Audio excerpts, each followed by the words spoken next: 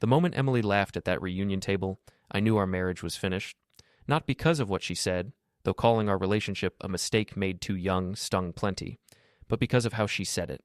Like I wasn't standing 3 feet away, holding 2 drinks I'd just bought for us.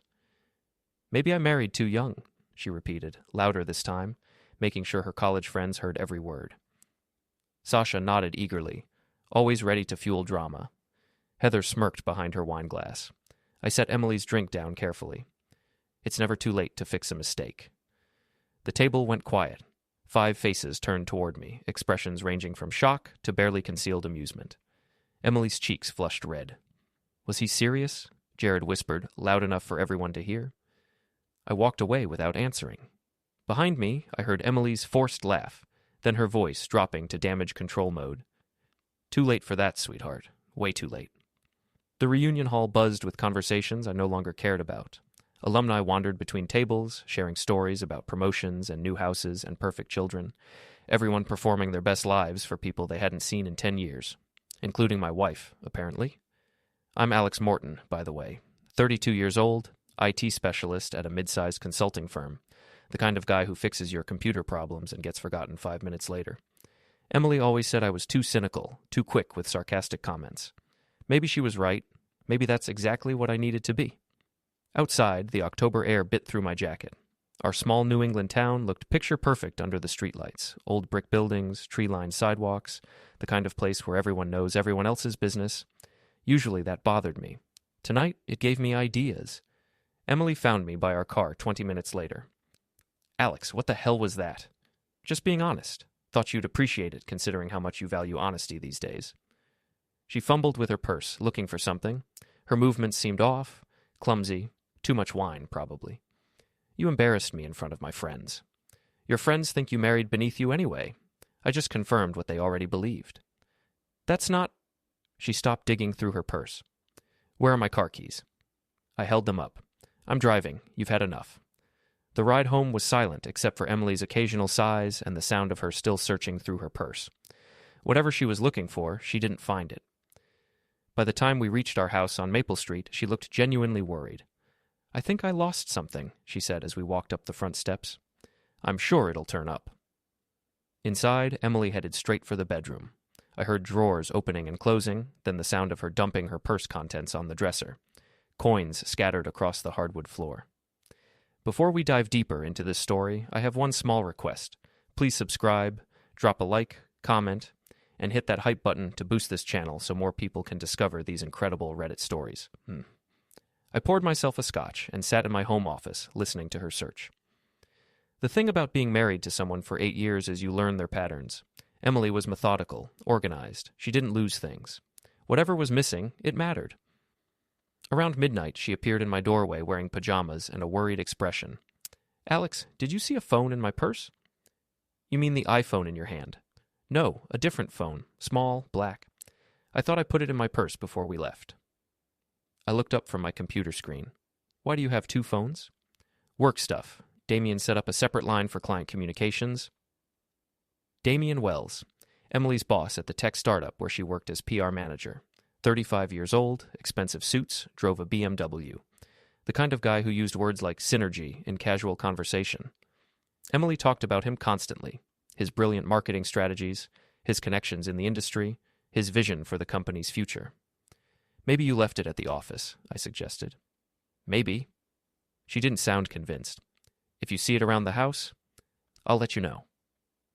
She lingered in the doorway another moment, then went to bed. I waited until I heard her breathing settle into sleep patterns, then pulled the small black phone from my desk drawer. I'd found it in her purse while she was inside the reunion hall, telling her friends about marrying too young. Call it curiosity. Call it suspicion. Call it the instinct of a man who'd been feeling like a stranger in his own marriage for months. The phone wasn't password protected. Emily always was careless with security, despite working in tech. The message history painted a clear picture. "Damien, can't wait to have you all to myself this weekend." Emily, "Alex thinks I'm visiting my sister. He's so clueless." Damien, "What are you going to tell him about the divorce?" Emily, "Nothing yet. I want to make sure the financial arrangements work in my favor first." Damien, "My lawyer says we can claim emotional distress. Make him look unstable." Emily, "Perfect. He's been so moody lately, it'll be easy to prove. The messages went back 6 months. Photos, too. The kind that would make Emily's conservative parents disown her. Plans for weekend trips I'd never heard about. Discussions about their future together and how to handle the Alex problem. I scrolled through months of betrayal, my scotch growing warm in my hand. Emily and Damien had planned everything, the gradual emotional distance, the mysterious work trips, the way she'd started picking fights over nothing, building a case for why I was difficult to live with. They'd even discussed framing me for emotional abuse to strengthen Emily's divorce position. Apparently, Damien knew a therapist who would testify about the psychological damage Emily had suffered, for the right fee, of course. The last message was from earlier that evening. Emily, at the reunion, Alex is being weird. Might need to accelerate our timeline. Damien, whatever you need. We're in this together. I powered off the phone and sat back in my chair. Outside, Mrs. Levine's porch light flickered, our elderly neighbor's signal that she was settling in for her nightly TV marathon.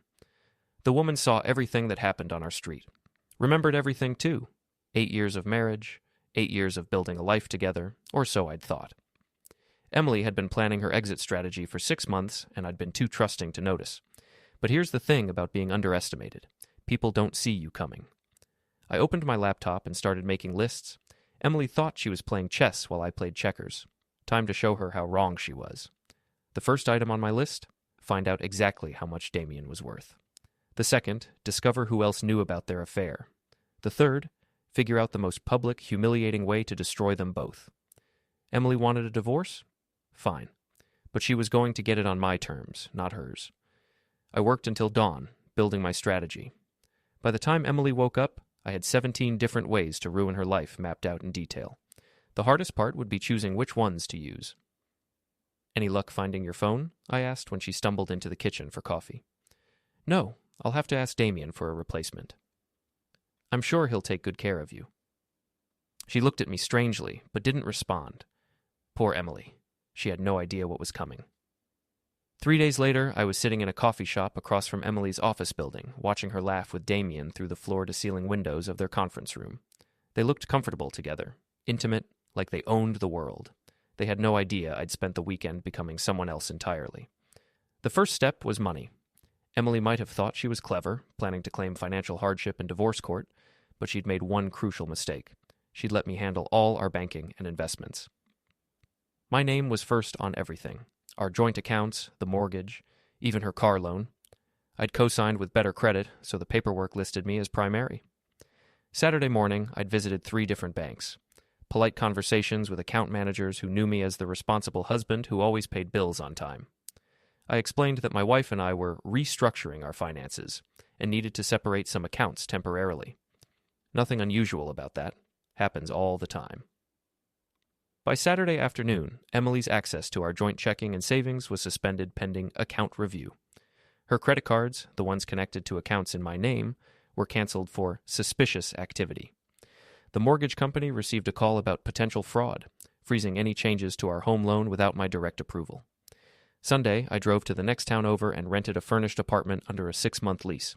Cash deposit, first month paid in advance. The landlord, a retired electrician named Pete, didn't ask many questions when I explained I was going through a temporary separation and needed somewhere quiet to think. Women, Pete had said, shaking his head. Can't live with them, can't shoot them.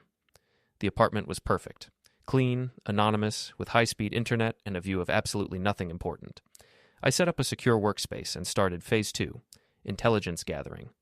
Damien Wells had left quite a digital footprint. LinkedIn profile boasting about his innovative leadership. Facebook photos from expensive restaurants and weekend trips to Martha's Vineyard. Instagram posts about his entrepreneurial journey and building something special. More interesting were the public records. Damien was married to a woman named Patricia Wells, a pediatric surgeon who made 3 times his salary. They owned a house worth $1.2 million in the historic district.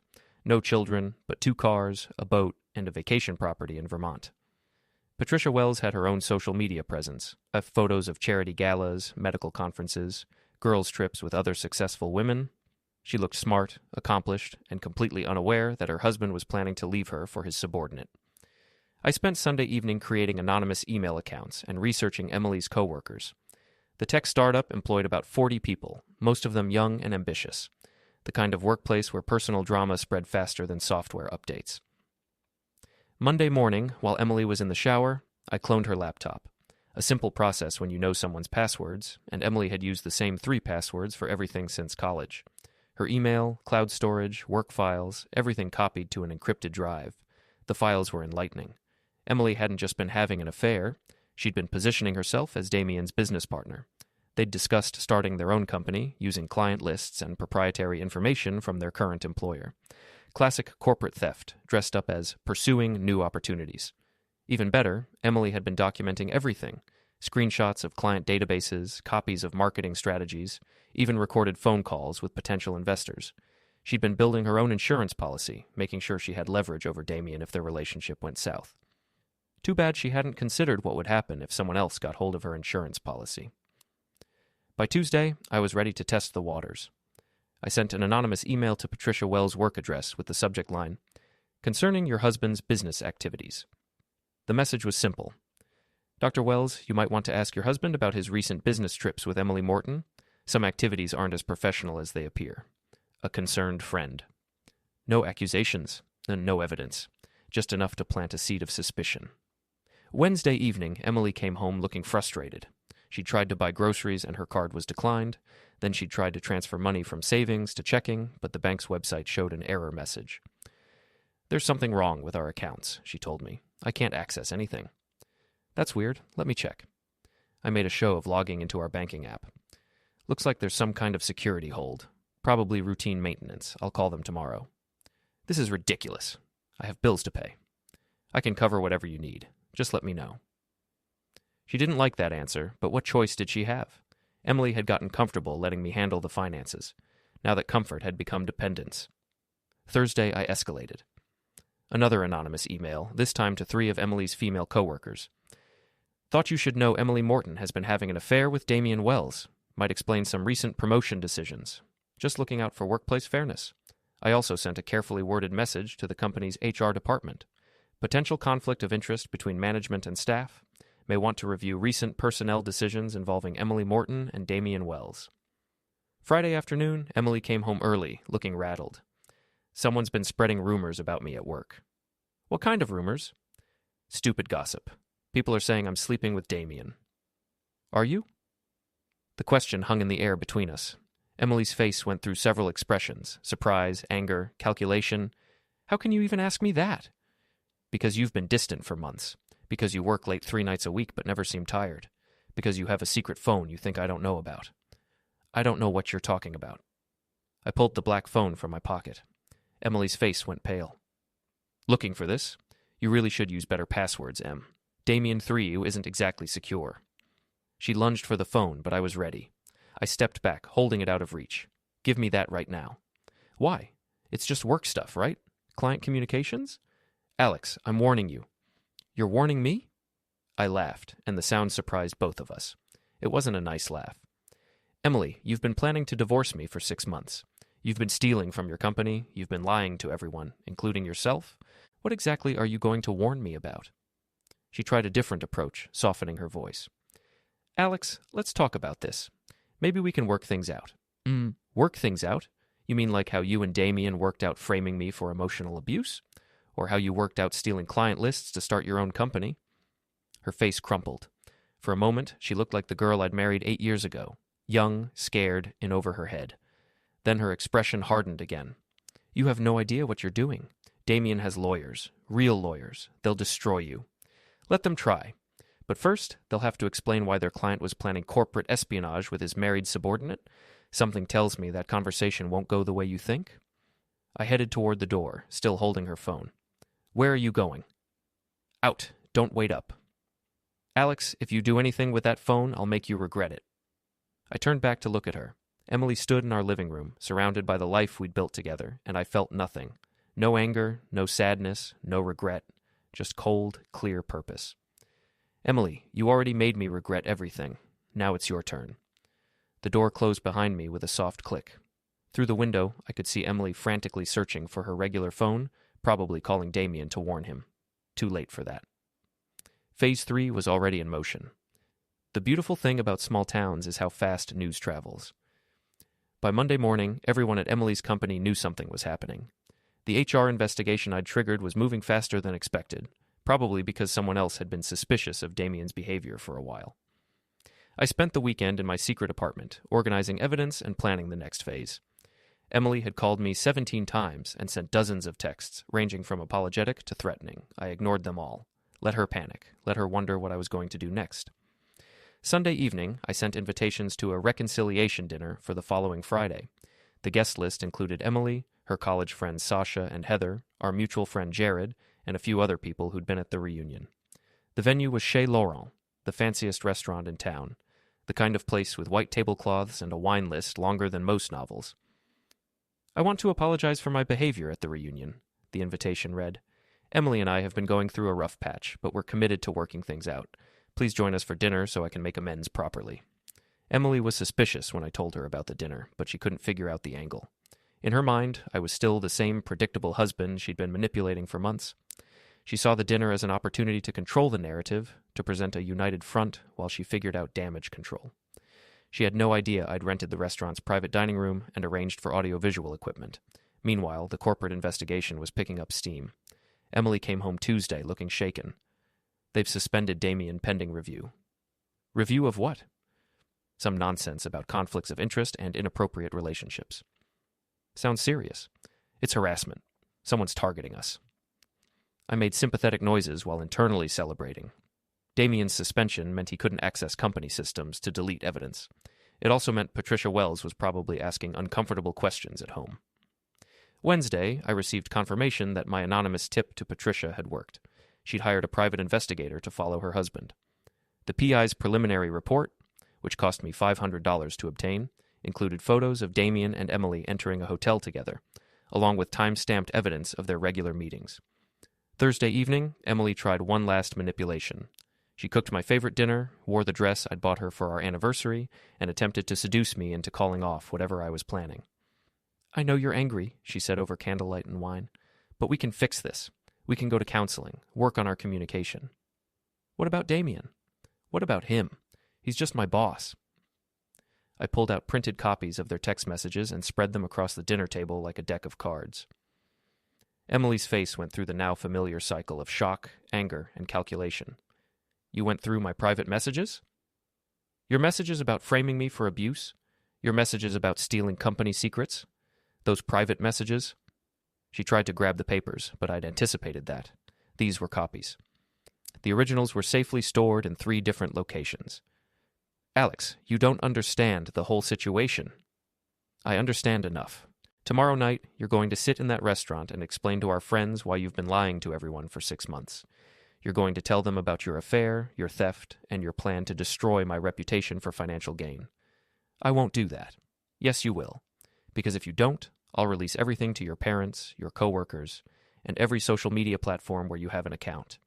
Your choice, Emily. Public confession or public humiliation. She stared at me across the ruined dinner, probably trying to calculate whether I was bluffing. The old Alex might have been. The new Alex had already uploaded everything to scheduled social media posts, set to publish automatically if I didn't cancel them by midnight Friday. I don't know who you are anymore, she said finally. I'm the man you created when you decided to betray everything we built together. Congratulations, Emily. You got exactly what you wanted. Friday evening arrived with unseasonable warmth for October. I dressed carefully. My best suit, the tie Emily had given me for Christmas, shoes polished to a mirror shine. If this was going to be a performance, I wanted to look the part. Emily wore black, like she was attending a funeral. Maybe she was. The private dining room at Chez Laurent was perfect for my purposes. Round table for 8, projection screen discreetly positioned behind the head chair, lighting that could be dimmed for presentations. I'd told the staff I was surprising my wife with a slideshow of our relationship highlights. Not exactly a lie. There would definitely be highlights. Sasha arrived first, air-kissing Emily and shooting suspicious glances in my direction. She'd been Emily's college roommate and chief enabler, the kind of friend who encouraged bad decisions, then acted shocked by the consequences. Heather came next, followed by Jared and 2 other couples from our social circle. Everyone seemed nervous, unsure why they'd been invited to witness our marriage counseling session in public. Thank you all for coming, I said once everyone was seated. I know this is unusual, but Emily and I wanted to clear the air about some recent misunderstandings. I pressed a button on the remote control in my pocket. The lights dimmed slightly, and the projection screen lit up with the first slide, a photo of Emily and me on our wedding day, both of us young and smiling. 8 years ago, I married the woman I thought was my best friend and partner for life. Murmurs of approval from around the table. Emily looked confused, but not yet alarmed. The second slide appeared, a timeline labeled The Last 6 Months. Unfortunately, it turns out my wife has been living a double life. Now Emily looked alarmed. She started to stand, but I'd positioned myself between her and the door. The third slide, screenshots of Emily's text messages with Damien, carefully edited to remove explicit content but preserve the emotional betrayal. Gasps around the table. Sasha's hand flew to her mouth. Jared leaned forward, squinting at the screen. Emily has been having an affair with her boss, Damien Wells, for the past 6 months. They've been planning to divorce me while maximizing Emily's financial benefit. Emily found her voice. Alex, stop this right now. I'm just getting started. The fourth slide, evidence of corporate theft, screenshots of client lists, recorded conversations about starting a competing business, emails discussing proprietary information. They've also been stealing from their employer, planning to use confidential information to start their own company. Heather was staring at Emily with undisguised shock. Em, is this true? Emily's face was bright red. It's not what it looks like. Really? Because it looks like you've been lying to everyone for months. The fifth slide, the plan to frame me for emotional abuse, complete with text messages about finding a corrupt therapist and manufacturing evidence. The silence around the table was deafening. Our friends, people who'd known us for years, were seeing Emily's true nature for the first time. The most impressive part, I continued, is how she convinced everyone that I was the problem in our marriage. Moody, difficult, emotionally unavailable. Turns out, it's hard to be emotionally available to someone who's planning to destroy your life. Emily finally exploded. You bastard! You have no right. I have every right. You made these choices, Emily. I'm just making sure everyone knows who you really are. The final slide, photos of Emily and Damien entering the hotel, time-stamped and dated. In case anyone thinks this is just a misunderstanding between married couples. Jared whistled low. Jesus, Emily. What were you thinking? I was thinking my marriage was over and I deserved to be happy. So you decided to steal from your company and frame your husband for abuse? She had no answer for that. Around the table, our friends were processing the information, their expressions ranging from disgust to pity. Not for Emily, for me. I stood up and straightened my tie. I wanted you all to hear this from us directly, rather than through gossip and speculation. Emily has made her choices, and now she gets to live with the consequences. Alex, please, Emily said, tears streaming down her face. We can work this out privately. No, we can't. You wanted out of this marriage, Emily. Congratulations. You're out. I walked toward the door, then turned back for one final comment. Oh, and Emily? Damien's wife knows everything. His lawyers can't help him now. They're too busy trying to keep him out of prison for corporate espionage. The last thing I heard as I left the restaurant was Emily's sobbing and Sasha's voice. How could you be so stupid? Good question, but it was too late for smart answers now. 2 weeks later, Emily's world had completely collapsed, and I was just getting started. The corporate investigation had moved fast once HR realized the scope of Damien and Emily's theft.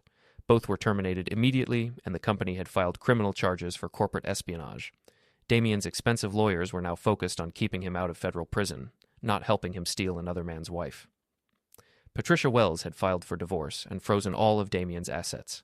The house, the cars, the boat, everything was tied up in legal proceedings.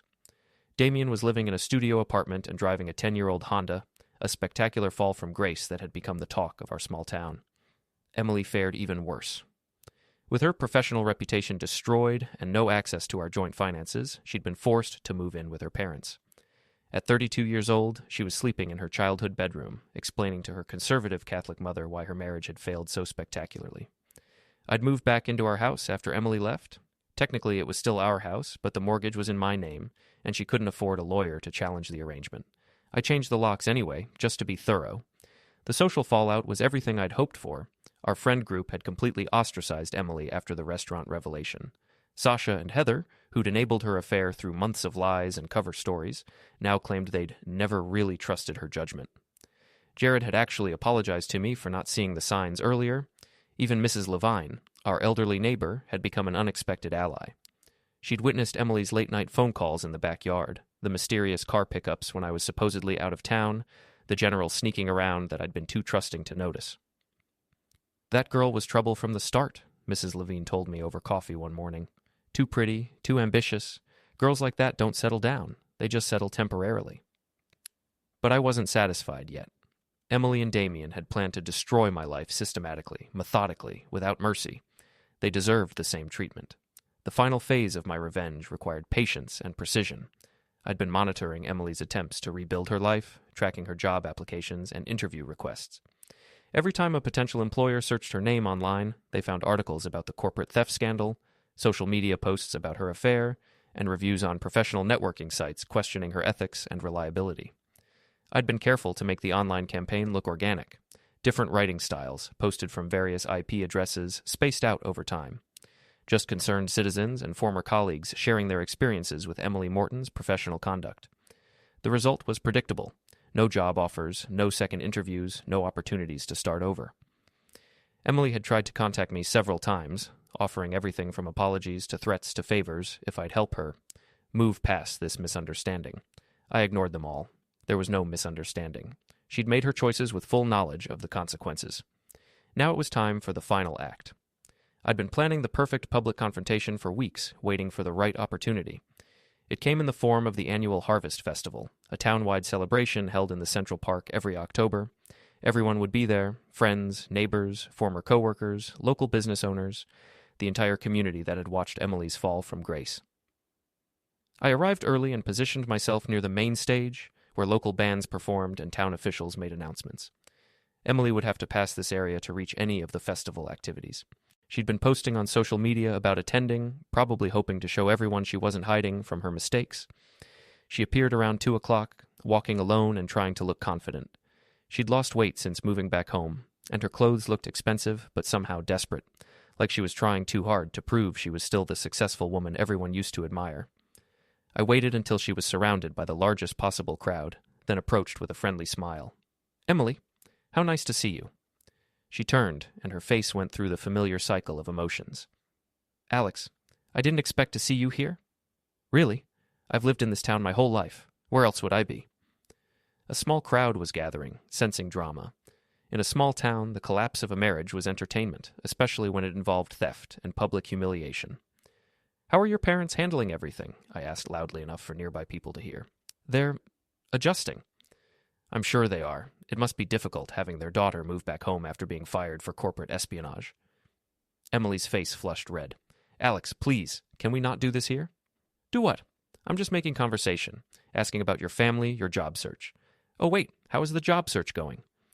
She tried to walk away, but I followed, still speaking in a friendly, conversational tone that carried clearly to the growing crowd of onlookers. "I heard Damien's living in a studio apartment now. Patricia really cleaned him out in the divorce proceedings. Amazing how fast things can change when your wife finds out you're a thief and an adulterer." "Stop it." "Stop what? Telling the truth? I thought you valued honesty in relationships." Emily spun around to face me, tears streaming down her face. "What do you want from me, Alex? I've lost everything. My job, my friends, my home. Isn't that enough?" The crowd had grown larger, forming a loose circle around us.